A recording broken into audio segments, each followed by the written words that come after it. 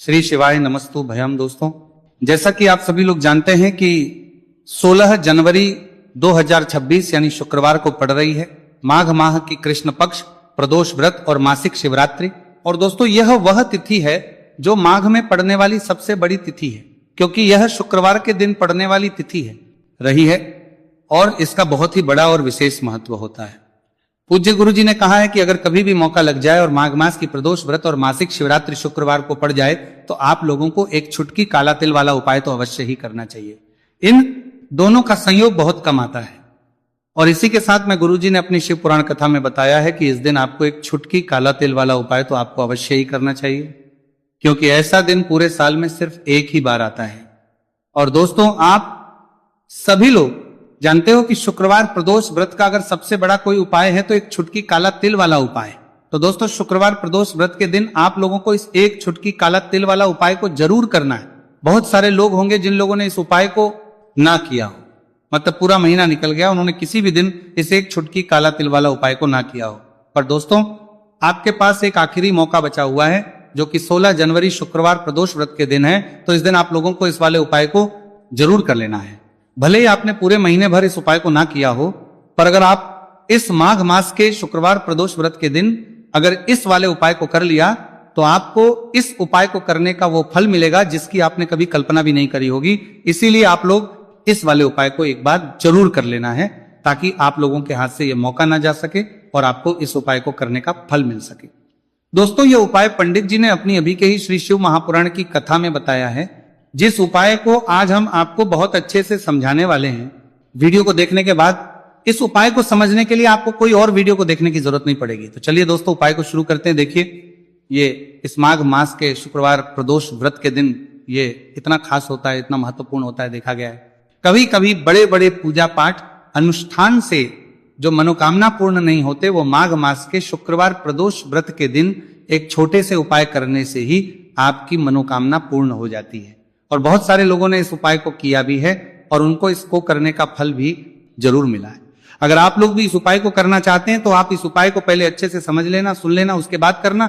आपको इस उपाय का फल जरूर मिलेगा और इस उपाय को कर लेने से आपके घर में चाहे किसी भी प्रकार की दुहक और समस्या क्यों ना चल रही हो, आपको उसका कारण भी नहीं पता है कि भाई ये समस्या किस कारण से चल रही है। उसका कुछ भी कारण हो सकता है, जैसे पितृदोष हो सकता है, किसी भी तरह का मंगल दोष भी हो सकता है।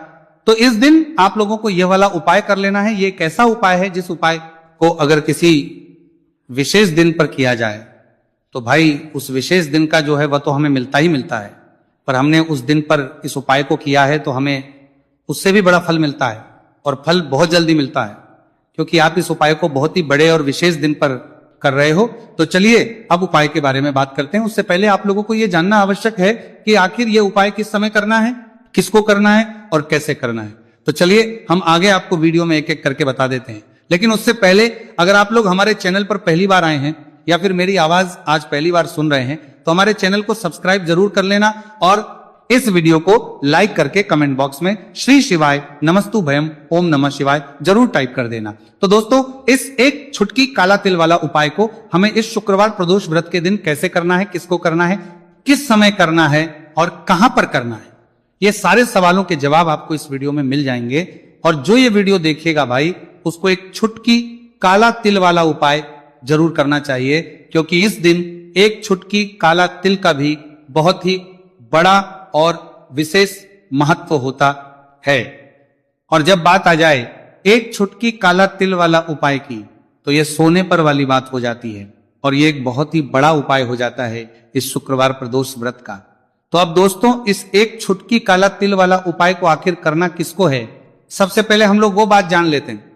तो देखो, घर की जो बड़ी माताएं बहनें होती हैं, उन माताओं बहनों में से कोई भी एक बड़ी माता बहन इस वाले उपाय को कर सकती है। और दोस्तों, अगर आप चाहें तो अपने घर में से सभी सदस्यों को भी इस उपाय को करवा सकते हैं। अगर किसी व्यक्ति की खुद की कोई मनोकामना है, खुद की कोई दुख और परेशानी है जो कि वो अपने लिए ही करना चाहता है, इस वाले उपाय को तो वो खुद अपने लिए भी कर सकता है। बाकी अगर कोई घर में से ऐसा है जो कि अपने पूरे घर परिवार की सुख और शांति के लिए यह वाला उपाय करना चाहता है तो भाई वो भी कर सकता है, उसमें भी कोई दिक्कत वाली बात नहीं है। कहने का मतलब यह है कि इस उपाय को हर एक सदस्य भी कर सकता है। और पूरे घर परिवार के सदस्य के लिए घर की बड़ी बहनों में से कोई एक माता बहन भी कर सकती है। माताएं बहनें अगर घर में उपस्थित ना हो या वो ये वाला उपाय ना कर पा रही हो तो फिर घर का कोई बड़ा सदस्य भी इस एक चुटकी काला तिल वाला उपाय को कर सकता है, चाहे फिर वह पुरुष ही क्यों ना हो, उसमें कोई भी दिक्कत वाली बात नहीं है। अब दोस्तों जो अगला प्रश्न निकल कर आता है वह यह आता है इस उपाय को लेकर कि आखिर इस उपाय को हमें किस समय करना है, सुबह के समय करना है कि शाम के समय करना है। तो देखो इस वाले उपाय को आप लोग सुबह भी कर सकते हो और शाम के समय प्रदोष काल में भी कर सकते हो। अब अगर आप पूछो कि भाई सबसे उत्तम समय कौन सा रहेगा इस एक चुटकी काला तिल वाला उपाय को करने का, तो हम आपसे बस यही कहेंगे कि इस उपाय को आप सुबह के समय करेंगे तो ज्यादा बेहतर होगा। बाकी अगर प्रदोष काल शाम के समय भी करेंगे तो भी अच्छा होगा, उसमें कोई भी दिक्कत वाली बात नहीं है। तो अब दोस्तों जो अगली सबसे बड़ी और महत्वपूर्ण बात आती है वह ये आती है कि सुबह अगर हम उपाय को करेंगे तो हमें कितने बजे से लेकर कितने बजे तक के बीच में करना है, और शाम के समय प्रदोष काल में करेंगे तो हमें कितने बजे से लेकर कितने बजे के बीच में करना है। तो देखो सुबह जितनी जल्दी हो सके आप उपाय को करने की कोशिश करना। बाकी अगर किसी कारणवश लेट भी हो जाओ, थोड़ी देर भी हो जाए, तो 10 या 11 बजे तक भी आप उपाय कर लेना, पर 12 बजे से ज्यादा देरी ना हो, ठीक है, इस बात का ध्यान रखना। उसके बाद में दोस्तों अगर के समय प्रदोष काल की बात करें, प्रदोष काल का जो समय है होता है वो शाम के 6 बजे से शुरू हो जाता है। मतलब शाम के 6 बजे से लेकर 7 बजे के बीच का जो समय होता है यह समय प्रदोष काल का समय होता है। तो आप इस उपाय को 7 या 8 बजे के बीच में भी कर सकते हो। मतलब शाम के 6 बजे से रात 8 बजे के बीच में आप कभी भी इस वाले उपाय को कर सकते हो, उसमें कोई भी दिक्कत वाली बात नहीं है। देखिए आज के इस पूरे वीडियो में हम आपको 3 चमत्कारिक उपाय बताने वाले हैं। ये तीनों ही उपाय बहुत खास और बहुत ही विशेष होने वाले हैं। तो चलिए दोस्तों जान लेते हैं गुरुजी द्वारा बताए गए पहले उपाय के बारे में। देखिए यह उपाय आपको अपने परिवार के लिए करना है। यदि आप चाहते हैं कि आपका परिवार का प्रत्येक सदस्य तरक्की करे, उन्हें हर कार्य में सफलता की प्राप्ति हो, तो आपको यह उपाय करना है। तो देखिए इस उपाय को करने के लिए आपको एक आटे का दीपक लेना है। आपको अपने ही घर पर एक एक आटे का दीपक प्रकार से तैयार कर लेना है। अब देखिए दोस्तों इस प्रकार से आटे का दीपक तैयार करने के बाद इसी के साथ में आपको एक चुटकी हल्दी भी लेनी होगी। अब ये दोनों ही सामग्रियां लेकर के आपको पहुंच जाना है अपने ही घर में तुलसी जी के पौधे के पास में। देखिए कई लोग कमेंट करके पूछ रहे हैं कि क्या हम तुलसी जी के पौधे के वहां पर, हमारे घर में जो तुलसी जी का पौधा है वह सूख चुका है, तो वहां पर भी इस उपाय को कर सकते हैं। तो हाँ बिल्कुल आप इस उपाय को, जो आपके घर में तुलसी जी का पौधा है वहीं पर आपको यह उपाय करना है। देखिए सबसे पहले तो आपको ये जो उपाय है सूर्यास्त के बाद यानी कि रात्रि के समय में ही करना होगा। अब देखिए सबसे पहले आपके पास जो एक छुटकी हल्दी है उसे आपको तुलसी जी के पौधे में डाल देना है।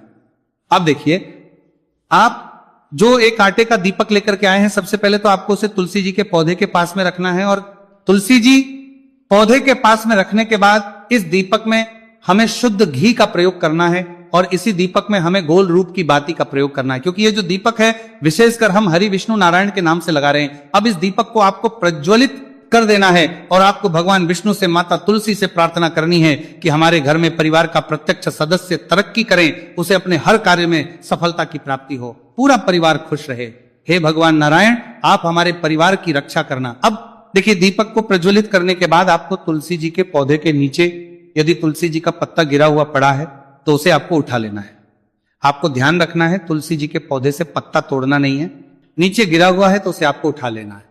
अब देखिए आपके घर में भगवान विष्णु की, भगवान श्री राम की या फिर भगवान श्री कृष्ण की यानी कि श्री विष्णु के किसी भी अवतार की प्रतिमा लगी हुई है तो वहां पर आपको जाना है, और आपको थोड़ी सी चीनी या फिर मिश्री आपके घर में हो तो उनका भोग आपको भगवान विष्णु के सामने लगाना है, और जो आप तुलसी जी का पत्ता लेकर के आए हैं उसे भी आपको उसी भोग में डाल देना है।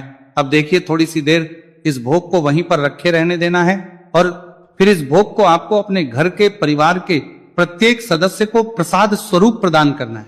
यकीन इस उपाय को करने से आपके परिवार का प्रत्येक सदस्य हमेशा तरक्की पर रहता है और आपके परिवार में हमेशा खुशियां बनी रहती हैं। तो इस प्रकार से आपको पहला उपाय कर लेना है।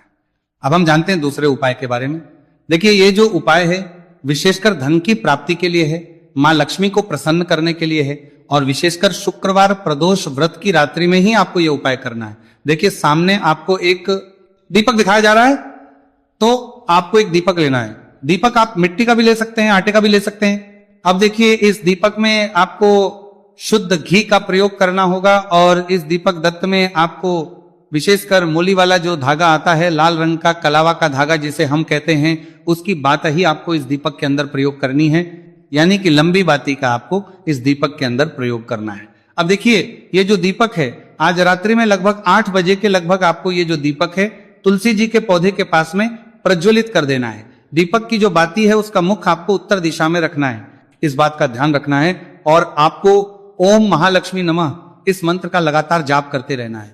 देखिए, इस मंत्र का आपको 11 बार या फिर 108 बार जाप करने के बाद तुलसी जी के पौधे के नीचे से थोड़ी सी मिट्टी उठानी है। देखिए, आपको पता है कि अभी माघ के पवित्र दिन चल रहे हैं और माघ मास के दिनों में यदि आप शुक्रवार प्रदोष व्रत के दिन तुलसी जी की मिट्टी रात्रि के समय में लेते हैं तो इससे आपके जीवन के जो सारे संकट है वह समाप्त होते हैं। अब देखिए, आपको एक गिलास लेना है, उसमें आपको जल भरना है और जो आपने तुलसी जी की मिट्टी ली है सबसे पहले तो उसे आपको उससे गिलास के अंदर डाल है और इसी के साथ में आपको एक चुटकी हल्दी भी उस पात्र के अंदर डालनी है। अब देखिए, इस जल का छिड़काव आपको अपने पूरे ही घर में करना है। देखिए, जल का छिड़काव आपको अपने घर के प्रत्येक कोने में करना है, मुख्य द्वार पर करना है, प्रत्येक कमरे में करना है, केवल अशुद्ध स्थानों को आपको छोड़ना है। बाकी आपको प्रत्येक कोने में, प्रत्येक कमरे में जहां आप धन रखते हैं, चाहे रसोई घर हो, वहां पर आपको इस जल का छिड़काव करना है। और जल का छिड़काव करते समय आपके मन में यही भाव रहना चाहिए कि माता लक्ष्मी की कृपा से हमारे जीवन में हमेशा धन धान्य के भंडार भरे रहे और जीवन में जो भी संकट है, कष्ट है, वो सभी दूर हो। इस प्रकार से कामना करते हुए सुंदर भाव के साथ आपको यह उपाय करना है। देखिए, इस उपाय को करने से घर का जो दुर्भाग्य है वह दूर होता है। तो इसीलिए आपको शुक्रवार प्रदोष व्रत की दिव्य रात्रि में यह उपाय करना है। अब दोस्तों, हम बात कर लेते हैं तीसरे विशेष और अंतिम उपाय के बारे में। देखिए, इस उपाय के माध्यम से भगवान विष्णु और माता लक्ष्मी दोनों ही प्रसन्न होने वाले हैं। तो देखिए, इस उपाय को करने के लिए सबसे पहले तो आपको दीपक लेने हैं। दीपक आपको 2 लेने होंगे। आप चाहे तो दोनों ही दीपक मिट्टी के भी ले सकते हैं, दोनों ही दीपक शुद्ध आटा मनकर उनके भी तैयार कर सकते हैं। अब देखिए, दोनों ही दीपक के अंदर आपको शुद्ध घी का प्रयोग करना होगा। अब देखिए, 2 दीपक हैं, उनमें से आपको एक दीपक के अंदर गोल बाती का प्रयोग करना है और एक दीपक में आपको लंबी बाती का प्रयोग करना है। देखिए, लंबी बाती वाले दीपक के अंदर आपको लाल बाती का प्रयोग करना है, जो मूली वाला धागा आता है कलावा का, उसी की बाती का